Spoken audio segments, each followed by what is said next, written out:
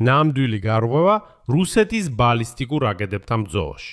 გუჟინ საღამოს პარიზში მოხდა ის, რასაც რამდენიმე წლის შემდეგ ახალი ევროპული თავდაცვის საწყის წერტილად მოიხსენიებენ. უკრაინამ და ევროპის 9 ქვეყანამ ხელი მოაწერეს დეკლარაციას ინტეგრირებული ანტიბალისტიკური კოალიციის შექმნის შესახებ. და დაფიქრდით, პანევროპული საერო თავდაცვის ფარის ინიციატორი, მთავარი შემმუშავებელი და ინტეგრატორი გახდა არა გერმანია, არა საფრანგეთი, არა ესპანეთი და არც კი ამერიკის შეერთებული შტატები, არამედ უკრაინული კომპანია Firepoint. უბრალოდ სიტყვებით რო ვთქვათ, ევროპის 10 ქვეყანამ შეთანხმდნენ, რომ ერთად შეიმუშავებენ ერთობლივ საკუთარ ევროპულ ანტისარაკეტო თავდაცვის სისტემას, რომელიც მომავალში დაიცავს არა მხოლოდ უკრაინას, არამედ მთლიანად ევროპას. მაგრამ ყველაფრის გასაღები რა თქმა უნდა ციფრებშია. 13 ივლისის საღამოს კომპანიამ Firepoint-მა წარმოადგინა უკრაინული ჩამჭერი FP7X-ი, რომლის ღირებულება დაახლოებით $700,000. ამერიკული რაკეტა PAC-3 პატრიოტისთვის თითქმის 4 მილიონი ღირს. 5ჯერ და კიდევ უფრო იაფია. და სწორედ ეს ცulis ყველაფერს. ბალისტიკური რაკეტების ჩამოგდება ბოლოს და ბოლოს შესაძლებელია არა ცალ-ცალკე, არამედ მასობრივად. ამ გამოშვებაში რა კოალიცია, რომელი შექმნეს პარიზში და რაც თავარია, ვინ შევიდა მასში. რა არის ცნობილი უკრაინულ ანტისარაკეტო სისტემაზე Freya და როდის გაფრინდება ის ბოლოს და ბოლოს. რატომ უწოდებს ვოლოდიმირ ზელენსკი ამას ვლადიმირ პუტინის მოლაპარაკებების მაგიდასთან დასმის გზას და ასევე კიდევ რა მიიღო უკრაინამ პარიზში. რაფალის გამანადგურებლებიდან დაწყებული ფრანგული რაკეტების წარმოების ლიცენზიებამდე. ჩემი სახელია ალექსეი პეჩი. მოდით ერთად განვიხილოთ ეს თემა, მაგრამ სანამ დავიწყოთ, თავარია გთხოვთ გამოიწერეთ ეს YouTube არხი. დააწყაპულეთ უბრალოდ. ამას მხოლოდ წამები დასჭირდება. ჩვენ მივიწევთ 300,000 გამოწერის ნიშნულისკენ. პირადად მადლობელი ვიქნები თქვენი გამოწერისთვის. მადლობა. მაშასე, 13 ივნისის საღამოს დანიის, საფრანგეთის, გერმანიის, იტალიის, ნიდერლანდების, ნორვეგიის, ესპანეთის, შვედეთის, დიდი ბრიტანეთის და რა თქმა უნდა უკრაინის ლიდერებმა ხელი მოაწერეს ერთობლივ დეკლარაციას მთელი ევროპის ინტეგრირებული ანტისარაკეტო თავდაცვის კოალიციის შექმნის შესახებ. ამის შესახებ ელისეს სასახლემ განაცხადა მსურველთა კოალიციის სამიტის შედეგების მიხედვით, რომელიც სასწრაფოდ მოიწვია საფრანგეთის პრეზიდენტმა ემანუელ მაკრონმა. მიზანი გასაგებია, შეიქმნას ინტეგრირებული ანტისარაკეტო თავდაცვის არქიტექტურა, რომელიც შეავსებს არსებულ ეროვნულ და ევროპულ სისტემებს და საბოლოოდ ანტისარაკეტო ფარით დაფარავს სრულიად ევროპას. ამისთვის ქვეყნები აერთიანებენ თავდაცვის ინდუსტრიას, მეცნიერებას და მთავარ საბრძოლო გამოცდილებას. შემდეგ კი მოვიყვან ციტატას ოფიციალური დეკლარაციიდან, რომელსაც ხელი მოაწერეს სწორედ იმ 10 ქვეყანამ. ჩვენ ვაღიარებთ უკრაინის უნიკალურ გამოცდილებას, რომელიც მან შეიძინა რუსეთის აგრესიული ომის წინააღმდეგ თავდაცვისას.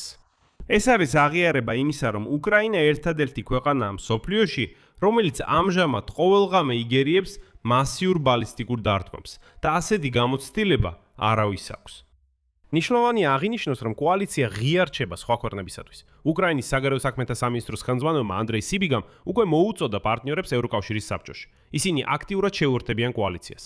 და თუ ყველაფერს მაქსიმალურად გავამარტივებთ, უკრაინა ავითარებს რაკეტებს, ევროპელები აძლევენ ტექნოლოგიებს და ფულს, ერთად თქვნით ძლიერ ანტისარაკეტო თავდაცვის სისტემას.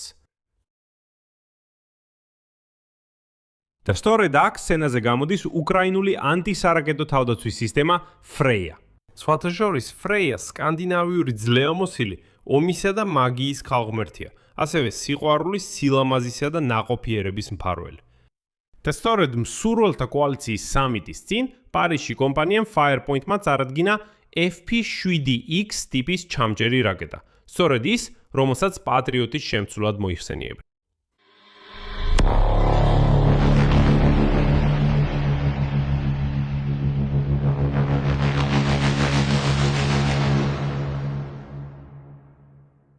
რაკეტის მახასიათებლებია შემდეგი: სიჩქარე, წამში 2000 მეტრამდე ფრენის მანძილი, 200 კილომეტრამდე. რაკეტის სიგრძე 7 მეტრი და 25 სანტიმეტრი საბრძოლო ნაწილი, 150 კილოგრამამდე. კორპუსი მთლიანად კომპოზიტური მასალებისგანაა დამზადებული, ხოლო თვითგდამიზნების თავი ნახევრად აქტიურია, ინფრაცითელი, რომელიც გერმანულ კომპანიასთან DL Defense-თან ერთად მუშავდება. Freya მრავალფუნქციური კომპლექსია. მას შეუძლია იმუშაოს როგორც საჰაერო თავდაცვის სისტემად, ასევე ანტისარაკეტო თავდაცვის სისტემად. მაგრამ მთავარი ამოცანა სწორედ ბალისტიკური რაკეტების გადაჭერა. და კონცეფცია, რომელიც ამ პროექტს უნიკალურს ხდის, ფრეია განკუთვნილია როგორც პანევროპული ფარი, რომელიც პარტნიორი ქვეყნების საერთო საკუთრებაშია. ანუ ეს არ არის ის ლოგიკა, რომ უკრაინა რაღაცას ევროპისგან იდულობს. ეს არ არის ის ლოგიკა, რომ ევროპა რაღაცას უკრაინას ჩუქნის, ან ევროპა რაღაცას უკრაინისგან ითხოვს. პირიქით, არა. ეს არის ერთობლივი ინვესტიცია. და სწორედ ეს უსვამს ხაზს მთლიანად ევროპულ მიდგომას. გასაგებად რო ვთქვათ, ეს კომპანია Airbus-ის მსგავსია. აი არსეობს უზარმაზარი კომპანია Airbus-ი, რომელიც ერთდროულად ეკუთვნის საფრანგეთს, გერმანიას, ესპანეთს და კიდევ 10 ფონდსა და ინვესტორს. და ყველა ისინი პლუს-მინუს თანაბარი წილით ფლობენ ამ კომპანიას. მაგრამ Frey სისტემის მთავარი უპირატესობა, რა თქმა უნდა, ფასია. იმიტომ რომ ერთი FP7X ტიპის რაკეტა გადამჭერი დაახლოებით $700,000 ღირს. ხოლო ერთი პაკ 3 ტიპის რაკეტა პატრიოტისთვის დაახლოებით 3.8 მილიონი ღირს. მოდი დავამგვალოთ და ვთქვათ 4 მილიონი. როგორც ხედავთ, სხვაობა 5 ჯერზე მეტია. რატო არის ეს კრიტიკული? საქმე იმაშია, რომ უკრაინის საჰაერო თავდაცვის მთავარი პრობლემა არათავად პატრიოტის სისტემების ნაკლებობაა, არამედ სწორედ ამ სისტემებისთვის რაკეტების დეფიციტი. ანუ გამშვები დანადგარები არის, ყველაფერი არის, მაგრამ რაკეტები არ არის. აქ მინდა შეგახსენოთ ერთი შემაშფოთებელი ვიწვი. ერთ-ერთ ბოლო ღამეს უკრაინის საჰაერო თავდაცვამ ვერ შეძლო 23-დან ვერც ერთი რუსული ბალისტიკური რაკეტის ჩამოგდება. უბრალოდ იმიტომ, რომ ჩამოსაგდები არაფერი ჰქონდათ. და მაშინ მშვიდობიან ქალაქში დაიღუპა მინიმუმ 22 მშვიდობიანი მოქალაქე. რუსეთი თავის ისკანდერებს შედარებით იაფად აწარმოებს. ანუ გასაგებია, ჩვეულებრივი ადამიანისთვის ეს მაინც დიდი ფულია, მაგრამ რაკეტების ღირებულების მასშტაბით ეს საკმაოდ იაფია. დასავლეთი პასუხობს. პასუხობს ამ იაფი ისკანდერის განვითარებას 4 მილიონი დოლარის ღირებულების გადამჭერი რაკეტით. აი ეს არასწორი არითმეტიკა თავისთავად, იმიტომ რომ მტერი უბრალოდ ყოველივე თავისი ისკანდერის გაშვებით გაკოტრებს. მაგრამ ფრეია უნდა დაარღვიოს ეს ლოგიკა. Firepoint-ში პირდაპირ ამბობენ, რომ დაბალი ფასი უნდა იძლეოდეს წარმოების მასშტაბირების და დიდი მარაგების შექმნის საშუალებას ყოველდღიური გამოყენებისთვის ინტენსიური თვითთავდასხმების პირობებში. ანუ არ უნდა ზოგავდე მხოლოდ 3 რაკეტას. უკიდურეს შემთხვევაში ჯობია მარაგად ეხოს, იქნებ შემდეგ უფრო ძლიერი შეტევა იყოს. არა, არამედ უბრალოდ ყოველ ღამე ჩამოაგდო ყველა ბალისტიკური რაკეტა, რომელიც უკრაინისკენ მიფრინოს. ყველაფერი ეს რა თქმა უნდა ლამაზად ჟღერს, მაგრამ მთავარი კითხვა ასე ჟღერს.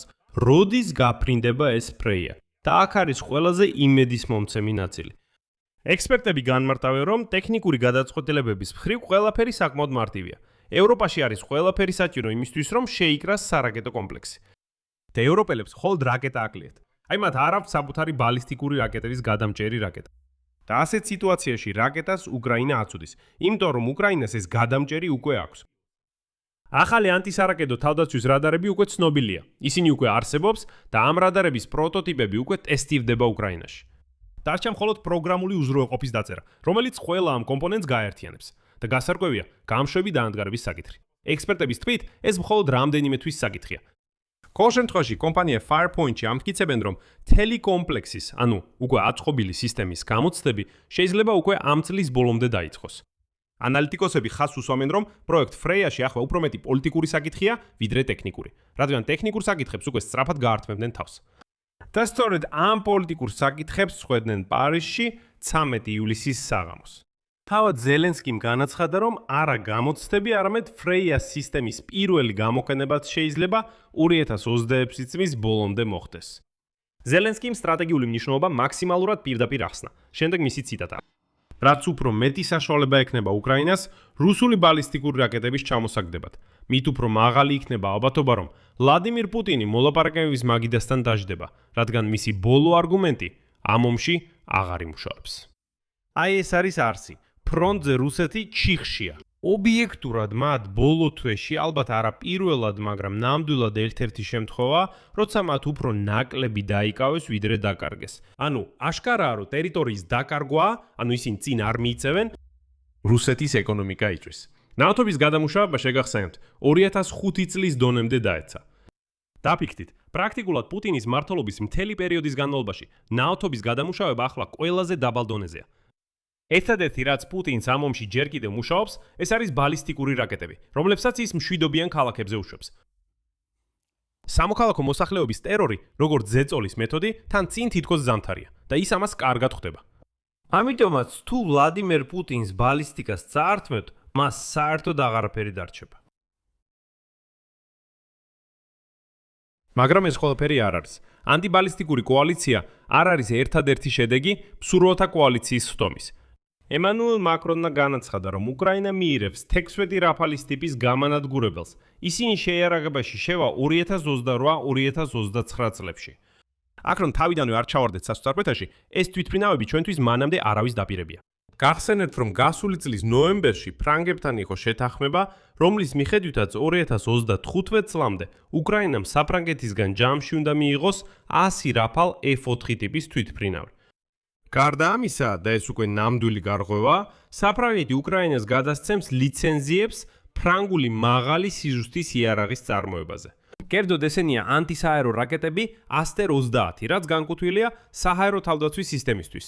SAMP-T, ფრთოსანი რაკეტები Scalp და მართვადი ავიაბომბები AASM Hammer. Scalp იგივეა რაც Storm Shadow, უბრალოდ ბრიტანეთში. ბრიტანულ ლიცენზიით ისინი ასე ეწოდებათ: Storm Shadow, ფრანგულ ლიცენზიით კი Scalp.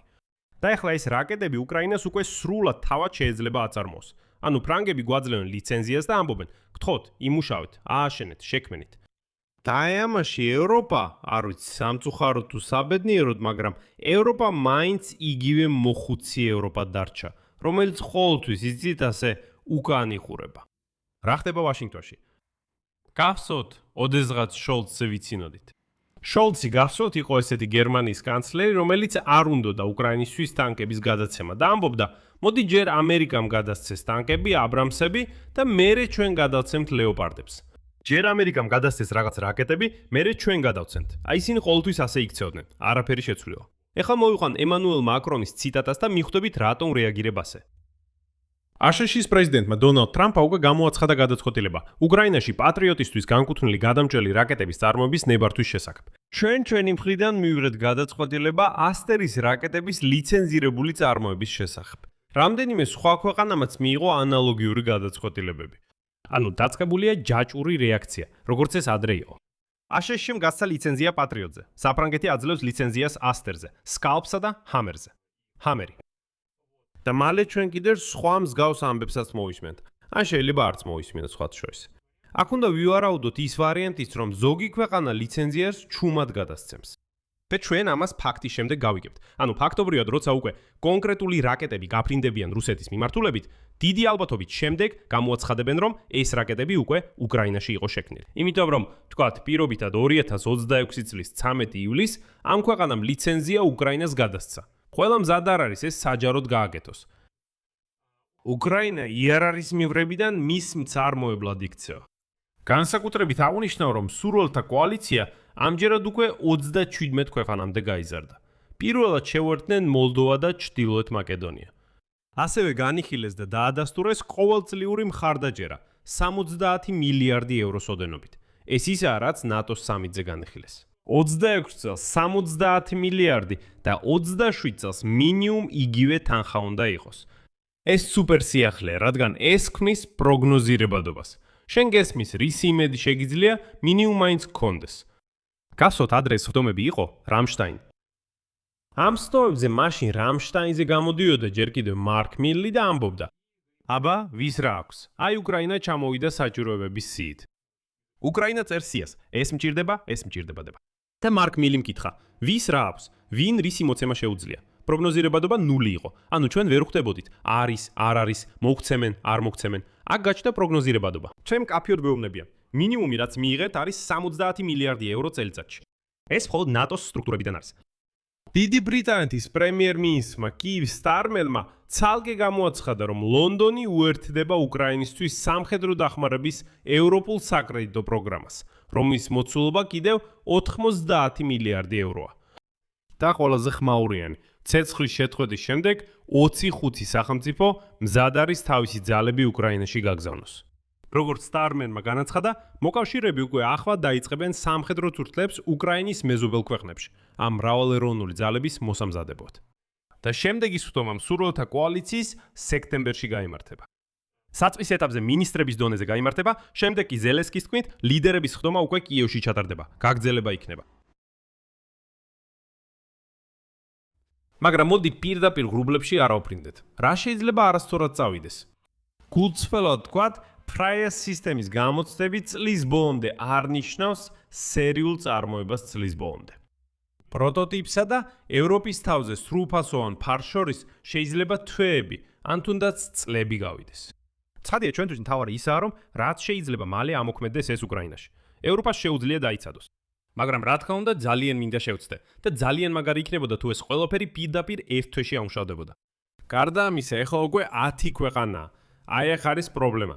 უნდა შეთანხმდნენ დაფინანსებაზე, სტანდარტებზე, კანონმდებლობაზე, საერთო საკუთრებაზე და ასე შემდეგ და ასე შემდეგ. ევროპას თავისი ბიუროკრატიით. ბოდიში ასეთ საკითხებზე წლების განმავლობაში მსჯელობა შეუძლია. მიუხედავად ამისა, მოხდა რაღაცა ძალიან მნიშვნელოვანი. ის რაც მთლიანად შეცვლის ევროპას. ამაში დარწმუნებული ვარ. პირველად ქვეყანა, რომელიც ომობს და რომელიც არ არის ევროკავშირის წევრი, გახდა არა მთხოვნელი, არამედ ყურადღება ევროპული თავდაცვის არქიტექტორი. ეხლა ევროპა არ არის ის, ვინც უკრაინას იხსნის. უკრაინა აძლევს ევროპას რაკეტას, რომელიც ევროპას არ აქვს. უბრალოდ დაფიქრდით. შეგეძლოთ ესეთი რამ წარმოგედგინათ 2022 წელს. მე არა. და ამ ომის თავარი პარადოქსიც ხდება. როგორ შევწყვიტოთ 4 მილიონი დოლარის დახარჯვა იმ რაკეტის ჩამოსაგდებად, რომელიც მტერს მხოლოდ რამდენიმე თეთრი უჯდება? პასუხი: უკრაინული სისტემა Freie. თუ Freie იმუშავებს, ხოლო გამოცდები უკვე წლის ბოლომდეა დაგეგმილი, ვლადიმერ პუტინი რეალურად დაკარგავს ბოლო მოქმედ არგუმენტს, ბალისტიკურ რაკეტებს, რომლებიც მშვიდობიან ქალაქებზე ისრება. წაართვით მას ცა და მოლაპარაკებები მისი ერთადერთი გზა გახდება. სწორედ ამაზე შეთანხმდნენ პარიზში ორშაბათ საღამოს. აქ მრავალ წერტილს დავსვამ. თქვენი აზრი, თქვენი დასკვნები. დაწევეთ კომენტარებში ამ გამოშვების ქვეშ, გამოიწერეთ არხი, დააჭირეთ ზარს და არ დაგავიწყდეთ მოწონება. თუ გსურთ ამ YouTube არხის მუშაობის მხარდაჭერა, ამისთვის რა თქმა უნდა მადლიერი ვიქნები. ამის გაკეთება შეგიძლიათ ნებისმიერი დონატის საშუალებით, მულებითა და რეკვიზიტებით, რომლებიც მითითებულია ამ ვიდეოს აღწერაში. სულ ეს იყო, იზრუნეთ საკუთარ თავზე. ყველას მშვიდობით.